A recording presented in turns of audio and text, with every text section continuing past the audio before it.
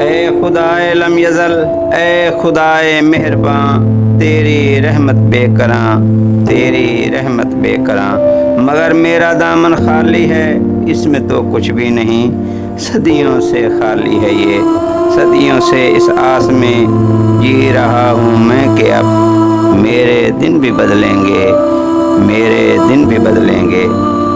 اے خدائے لم یزل، اے خدائے مہرباں، تیرے آگے ہوں مگر شکوہ کناں، میں اس دھرتی کا بیٹا، کبھی ویش، شودر اور ملیچ، نجس، ناپاک اور پلید، ذات پات اونچ نیچ میں پھنسا اس خطہ ارضی کا مکین، جس نے کبھی ایرانیوں کو اپنا نجات دہندہ سمجھا تو کبھی یونانیوں کو، تو کبھی ترانیوں، عربوں اور افغانیوں کے پیچھے اپنی قسمت کو بدلنے کی تگ و دو میں مصروف۔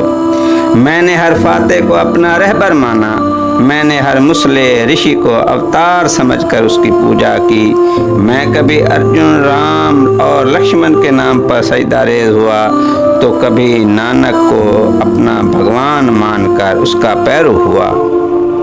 اسی طرح کبھی علی حجویری، لال شہباز اور معین الدین کی درگاہ پر ماتھا ٹیکا، تو کبھی پرتھوی راج کے ظلم سے نجات کے لیے غوری کا ہم رکاب ہوا، تو کبھی راجہ داہر سے بچنے کے لیے محمد بن قاسم کا ہم نشین۔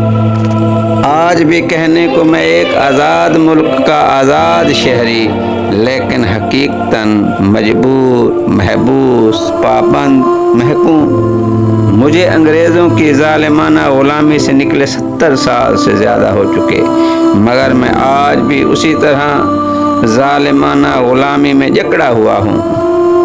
فرق ہے تو صرف نام کا، ذات کا، مذہب کا۔